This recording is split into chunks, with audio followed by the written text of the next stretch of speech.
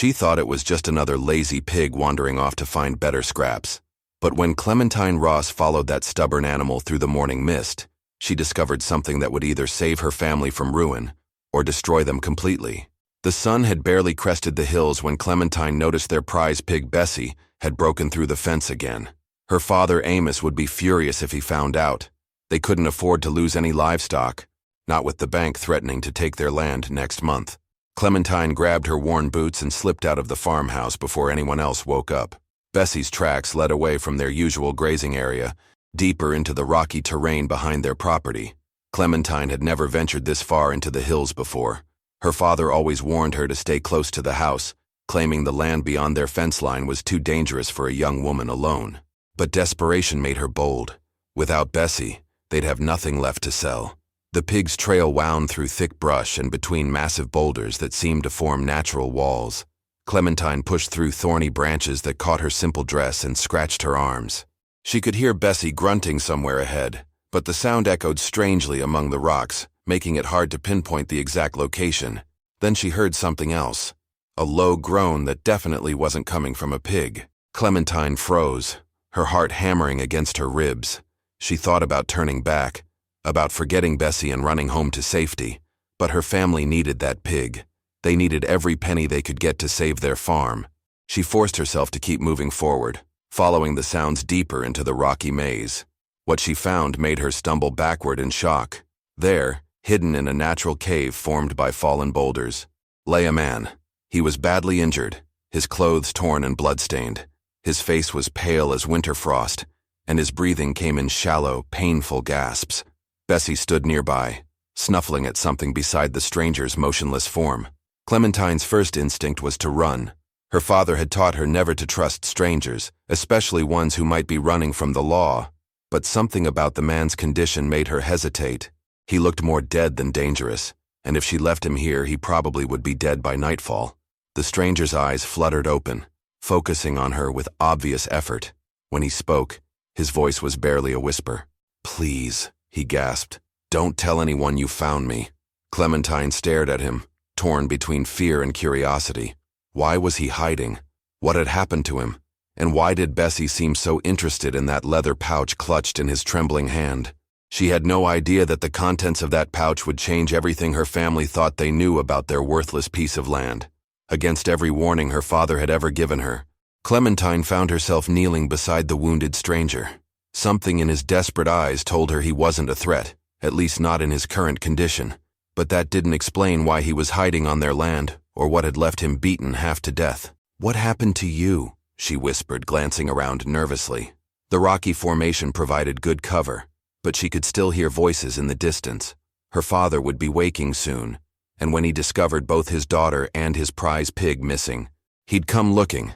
The man tried to sit up but collapsed back against the boulder with a pained grunt. "Men were chasing me," he managed. "They wanted what I found. Had to hide it somewhere safe." Clementine's eyes drifted to the leather pouch still clutched in his bloodied fingers. It was old and worn, but she could see the outline of papers inside. "What's in there?" "Documents," he said, his voice getting weaker. "Proof that this land, your land, it's worth more than anyone knows." Her heart skipped. Their land was worthless. Everyone knew that. Her father had bought it cheap years ago because no one else wanted the rocky, difficult terrain. The soil was poor for farming, and they'd never found anything valuable on it. That's why the bank was so eager to foreclose. "You're confused," she said gently. "This land isn't worth anything. That's why we're losing it." The stranger's eyes sharpened with urgency. "No, you don't understand. There's a railroad company looking to buy up all the land in this valley. They need it for their new line west. These papers prove they've been secretly buying up properties through false names, paying far less than the land is actually worth." Clementine felt the world tilt around her. A railroad line? Through their valley? If that were true, their worthless farm could be worth a fortune. But why would railroad men be chasing this stranger? And why was he helping her family instead of selling the information to the highest bidder? "My name is Boone Carter," he said, reading the questions in her eyes. "I used to work for them, helped them scout the route. But when I saw what they were doing to families like yours, taking their land for almost nothing, I couldn't be part of it anymore." A distant shout made them both freeze. Clementine recognized her father's voice calling her name. He sounded angry and worried. If he found her here with a strange man, injured or not, there would be serious consequences. "I have to go," she said, standing quickly. "My father's looking for me." Boone struggled to sit up again. "Wait. The papers. If something happens to me, make sure your father sees them. But be careful who else you trust. The railroad has people everywhere, and they'll do anything to keep this secret." Clementine reached for the pouch, but Boone pulled it back slightly. "Promise me," he said. "Promise you'll be careful. These men aren't just business people. They've killed to protect this secret." The word "killed" sent ice through her veins. What had she stumbled into? And if these men were dangerous enough to hunt down Boone, what would they do to her family if they discovered what she now knew? Her father's voice was getting closer, and she could hear other men with him. The search party was spreading out through the hills. In minutes, they'd find this hiding spot. But as Clementine prepared to leave, she noticed something that made her blood run cold. There were fresh horse tracks in the dirt near the cave entrance. Someone else had been here recently, someone who might be watching them right now. Clementine's mind raced as she stared at those horse tracks. Someone had been here, and recently. The prints were still sharp in the damp earth, not weathered by wind or rain. Her hands trembled as she realized the implications. If the railroad men had found Boone's hiding spot, they might still be nearby, watching, waiting. "Take the papers," Boone whispered urgently, pressing the leather pouch into her hands. "Hide them somewhere safe. Don't let your father see them until you're sure you can trust everyone around him." Clementine clutched the pouch against her chest, feeling the weight of its contents and the danger they represented. "What about you? I can't just leave you here to die." "I'll manage," he said, though his pale face suggested otherwise. "But those documents are more important than my life. They're proof of fraud, theft, and worse. If the right people see them, your family and dozens of others can get justice." Her father's voice boomed closer now, angry and demanding. "Clementine, where are you, girl? Answer me right now." She had to make a choice. Stay and help Boone, risking exposure and putting her entire family in danger, or leave him and hope he survived long enough for her to figure out what to do next. The practical part of her mind, the part shaped by years of farm life and harsh realities, told her to save herself and the documents. "I'll come back," she promised, tucking the pouch inside her dress. "Tonight, after everyone's asleep, I'll bring food and water." Boone nodded weakly. "Remember, trust no one completely. The railroad has been planning this for months. They might have allies closer than you think." Clementine grabbed Bessie's rope and quickly led the pig away from the cave, her heart pounding with each step. She needed to put distance between herself and Boone before her father found her, but she also needed to act natural, as if she'd simply been chasing a wayward pig. She emerged from the rocky maze just as her father appeared with two other men from town. Amos Traeger's weathered face was tight with worry and anger, his graying hair disheveled from his frantic search. "There you are," he called out, relief and fury mixing in his voice. "What were you thinking wandering off like that? These hills are dangerous, especially for a young woman alone." "I'm sorry, Papa," she said, forcing her voice to remain steady. "Bessie broke through the fence again. I couldn't let her get lost. We need her too much." Amos looked at the pig, then back at his daughter. His expression softened slightly, but she could see suspicion lingering in his eyes. "Did you see anything unusual out there? Any strangers or signs of trouble?" The question hit her like a physical blow. How could he know to ask that? Was her father simply being cautious, or was there something more behind his words? Clementine felt the weight of the documents against her ribs and forced herself to look confused. "No, Papa. Just rocks and thorns." "Why? Is something wrong?" Before her father could answer, one of the men with him stepped forward. She recognized him as Mr. Harrison from the general store, but something about his expression made her skin crawl. "We heard there might be a dangerous man hiding in these hills," Harrison said, his eyes studying her face intently. "Someone who's been stealing from decent folk. If you saw anything at all, anything suspicious, you need to tell us right now." Clementine's blood turned to ice. How did they know about Boone? And why did Harrison seem so interested in her answer? She thought about what Boone had said about the railroad having allies everywhere. What if her father's search party wasn't really looking for her at all? The way Harrison stared at her made Clementine feel like prey being stalked by a predator. She forced herself to maintain eye contact while her mind scrambled for the right response. Everything depended on convincing these men that she'd seen nothing unusual. "I don't understand," she said. putting a tremor in her voice that wasn't entirely fake. What kind of dangerous man? Should I be scared? Her father moved protectively closer to her. Nothing for you to worry about, sweetheart. Just someone who might be trespassing on our land. If he's out there, we'll find him. But Harrison wasn't satisfied. The thing is, Miss Ross, we have reason to believe this man might be injured. If you found him, you might think you were helping someone in need, but he's not what he appears to be. The documents felt like they were burning against Clementine's skin. How much did Harrison know? Was he working for the railroad, or was this just terrible timing? She thought about Boone's warning that the railroad had people everywhere, allies who seemed like ordinary townspeople. I only saw Bessie, she insisted. She led me through some rocks, but I didn't see any people. Just wanted to get her home before she got into real trouble. The third man, someone she didn't recognize, spoke up for the first time. Maybe we should search those rocks ourselves. If there's someone hiding up there, we need to find him before he causes more problems. Clementine's heart nearly stopped. If they searched the area thoroughly, they'd find Boone for sure. In his weakened state, he couldn't possibly escape or defend himself. But if she protested too strongly, it would only make them more suspicious. Of course, her father said. We should check every possible hiding spot. Can't have dangerous men lurking near our home. Papa, Clementine said carefully, maybe I should get Bessie back to the pen first. She's already caused enough trouble today. Amos nodded. Good thinking. Take her straight home and stay there. Lock the doors and don't come out until we get back. As they prepared to search the hills, Harrison caught her arm gently but firmly. Miss Ross, I want you to think very carefully. Sometimes when we're scared or confused, we forget details. If you remember anything at all about what you saw out there, anything that seemed out of place, you come find me immediately. It's very important. The way he emphasized very important sent chills down her spine. This wasn't the casual concern of a helpful neighbor. This was a threat disguised as friendly advice. I will, she promised, pulling away from his grip. I'll remember.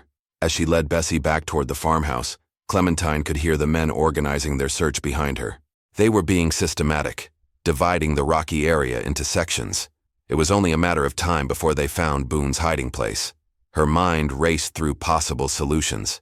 She could try to warn him, but there was no way to get back to the cave without being seen. She could tell her father everything, but what if Harrison was right there listening? What if her father was somehow involved with the railroad deal? The documents pressed against her ribs with every step, a constant reminder of the secret that could save or destroy her family. She thought about what Boone had said about proof of fraud and theft. If the railroad was really cheating families out of valuable land, then her father deserved to know the truth. But first, she had to make sure Boone survived long enough to tell it. As she reached the farmhouse, Clementine made a desperate decision. She would have to take a terrible risk, one that could expose everything, but it might be the only way to save the man who was trying to save her family. She just hoped she wasn't already too late. Clementine secured Bessie in the pen and rushed into the farmhouse, her mind working frantically. She had maybe 30 minutes before the search party found Boone's hiding spot. 30 minutes to create a distraction that would draw them away from the caves without arousing suspicion. She ran to the kitchen and grabbed the large iron bell her father used to call workers in from the fields. Her plan was dangerous and might not work, but it was the only chance she could think of. If she could make the men believe the threat was somewhere else entirely, they might abandon their systematic search of the rocks. Clementine climbed onto the roof of the chicken coop, bell in hand, and started ringing it frantically while screaming at the top of her lungs. Fire! Fire in the barn! Papa, help! The sound echoed across the valley, and she could see the search party turn immediately toward the farmhouse. They came running, abandoning their careful exploration of the rocky terrain. Her father reached her first, his face pale with panic. Where's the fire? He demanded, looking around wildly. Clementine pointed toward the old storage shed behind the main barn. I saw smoke coming from behind there. It looked bad. The men rushed toward the shed while Clementine climbed down from the coop, her heart pounding. She watched them investigate the area, kicking through old hay and examining every corner. Of course there was no fire. She'd have to think of an explanation for that. I don't see anything, Harrison called out, suspicion clear in his voice. He was studying the area with the experienced eye of someone who knew what real fire damage looked like. Maybe it was just dust in the sunlight, Clementine said, trying to sound embarrassed. From this angle with the morning light, I was so scared about what you said about dangerous men that I guess I panicked. Her father put a protective arm around her shoulders. It's all right, sweetheart. Better to be safe than sorry. But next time, make sure before you raise an alarm like that. Harrison wasn't buying it. Funny how the girl sees imaginary fires right when we're about to search the one area where someone might actually be hiding. The accusation hung in the air like a challenge. Clementine felt her father's arm tense around her, and she realized she might have made things worse instead of better. If Harrison suspected she was lying about the fire, he'd definitely suspect she was lying about not seeing anyone in the rocks. "What exactly are you suggesting?" her father asked, his voice taking on a dangerous edge. Amos Traeger had never been a man to back down from a fight, especially when someone questioned his daughter's honesty. "I'm suggesting maybe we should ask ourselves why a 16-year-old girl suddenly developed such keen eyesight for fires, but somehow missed seeing a wounded man hiding in broad daylight." The third man stepped between them before the confrontation could escalate. "Gentlemen, we're all on the same side here. Let's just finish checking the hills and be done with it." But Harrison shook his head. "No, I think we need to have a more detailed conversation with Miss Ross. Maybe back in town where we can talk properly." Clementine's blood turned to ice. If they took her to town for questioning, they might search her and find the documents. Even worse, they'd have plenty of time to find and capture Boone while she was gone. "You're not taking my daughter anywhere," her father said flatly. "If you have questions, ask them right here, right now." Harrison smiled, but it was the cold expression of a predator who'd cornered his prey. "Actually, Mr. Traeger, I think you'll find we have every right to question potential witnesses, especially when those witnesses might be interfering with official business." "Official business?" Amos's eyes narrowed. "Since when is the general store owner involved in official business?" That's when Clementine realized her father had caught the same thing she had. Harrison was acting like he had authority he shouldn't possess. Unless he was working for someone with real power, the kind of power a railroad company might have. Harrison's confident mask slipped for just a moment, and Clementine saw something ugly underneath. Her father had struck a nerve by questioning his authority. The silence stretched uncomfortably as the two men faced each other, and she realized this confrontation was about much more than finding a trespasser. "The railroad company has asked certain community leaders to assist with security matters," Harrison said finally. "There are valuable surveys and documents that have gone missing, and we believe the thief is hiding somewhere in this area." Clementine felt the leather pouch against her ribs seem to grow heavier.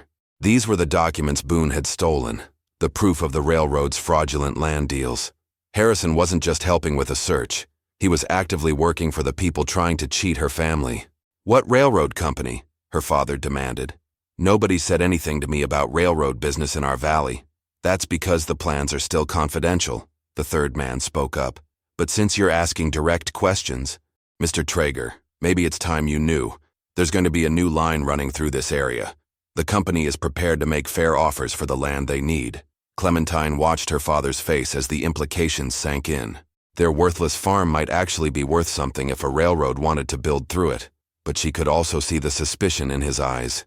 If the deals were legitimate, why all the secrecy? Why the armed search parties and threats?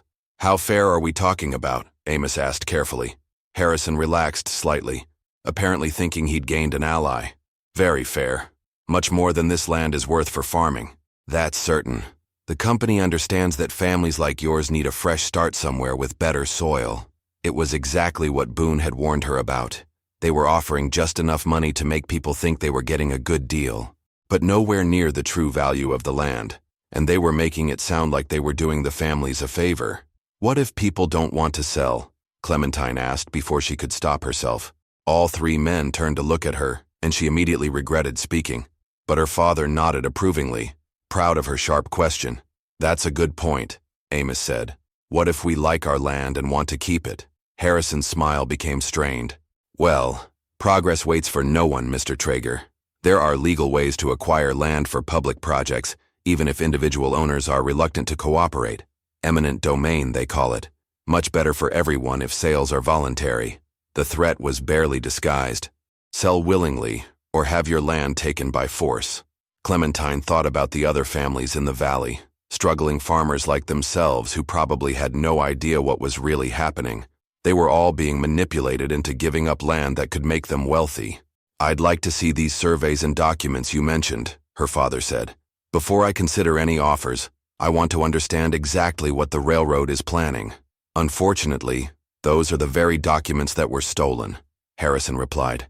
Until we recover them and catch the thief, all negotiations are suspended, which is why it's so important that we search every inch of these hills.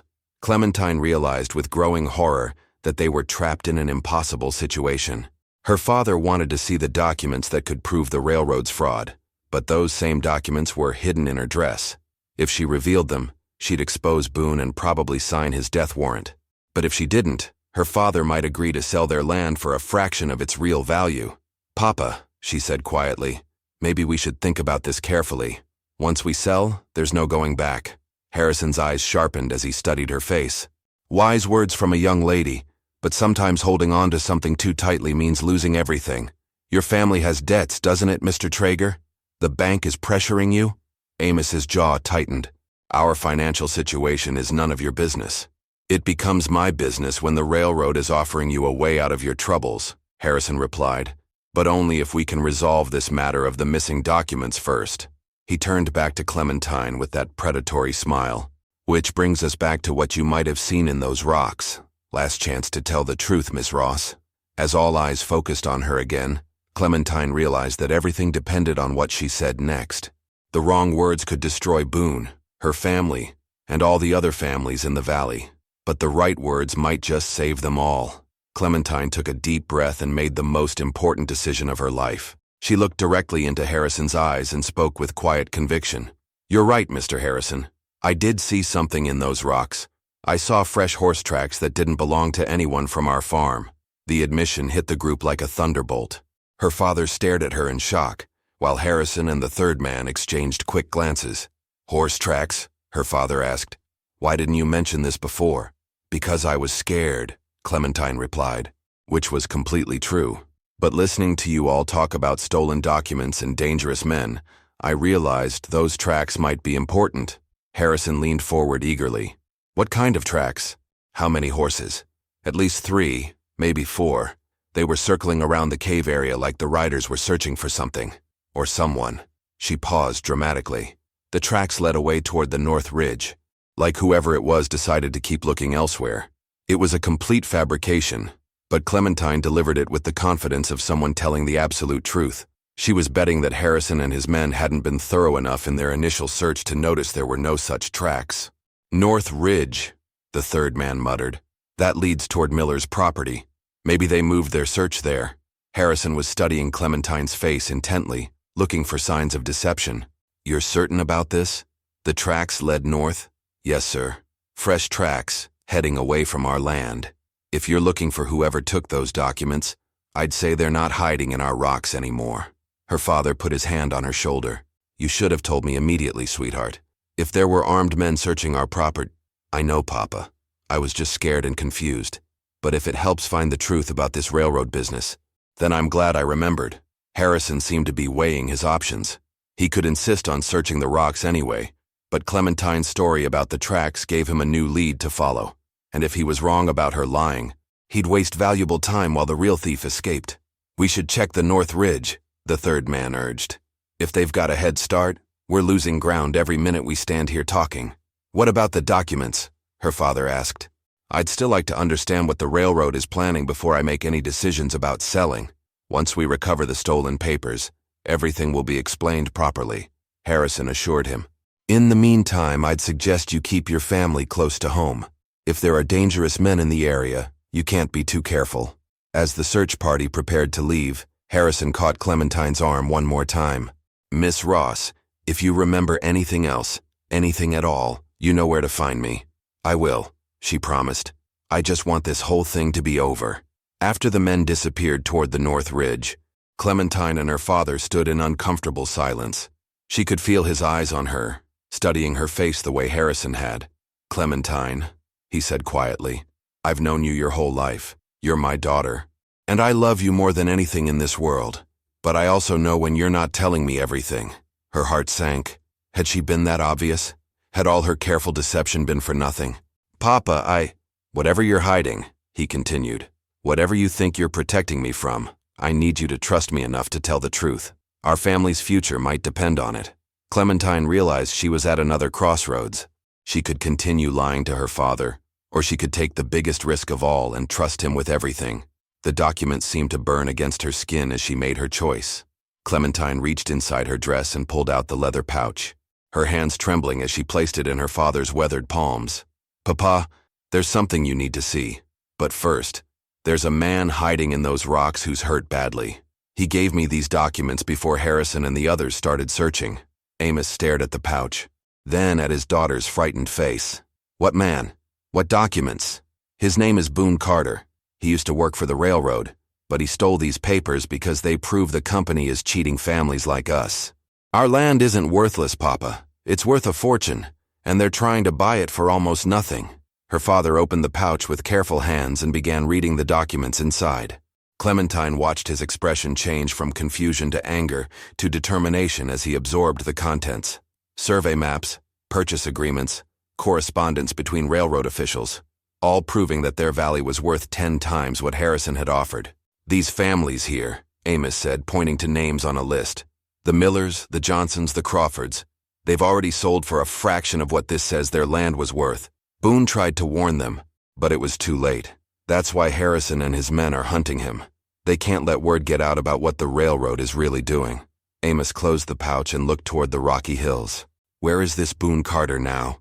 "Hidden in a cave in the rocks. He's badly hurt, maybe dying. I promised I'd come back tonight with food and water, but I don't know if he'll last that long." Her father was quiet for a long moment, thinking through all the implications. Finally, he stood up with the determined look Clementine knew meant he'd made an important decision. "We're going to get him," Amos said. "Right now, while Harrison and his men are chasing shadows on the North Ridge. And then we're going to make sure every family in this valley knows the truth about what's happening to their land." They gathered medical supplies and food from the house, then made their way quickly through the rocks to Boone's hiding place. They found him unconscious but still breathing, his condition worse than when Clementine had left him. Working together, they managed to get Boone back to the farmhouse and into Clementine's room, where her father cleaned and bandaged his wounds. As they worked, Boone drifted in and out of consciousness, but he was coherent enough to confirm everything the documents revealed. "The railroad planned this for months," he whispered weakly. "They identified every property they needed, then used false names and shell companies to make lowball offers. Anyone who refused to sell would face legal action, or worse." "Not anymore," Amos said grimly. "With these documents we can expose the whole scheme. Every family that sold can demand fair compensation, and those who haven't sold yet will know what their land is really worth." Over the next few days, while Boone recovered his strength, Amos quietly visited every farm in the valley. He shared copies of the most important documents, and soon a group of angry farmers was organizing to confront the railroad company and demand justice. Harrison and his men never returned to search the rocks. Apparently, following Clementine's false trail had led them far enough away to lose interest in their property. By the time they realized they'd been deceived, it was too late to stop the truth from spreading. 3 weeks later, Clementine stood on her family's front porch, watching surveyors mark the boundaries for the new railroad line. But these weren't railroad employees working in secret. These were independent surveyors hired by the Farmers Coalition to ensure fair compensation for every acre the railroad needed. Boone Carter had recovered enough to testify before a federal judge about the railroad's fraudulent practices. The company was forced to pay fair market value for all the land they'd acquired through deception, and several officials were arrested for fraud. As for the Ross family, their worthless farm turned out to be worth enough to pay off all their debts and still have money left over for a new start wherever they chose to go.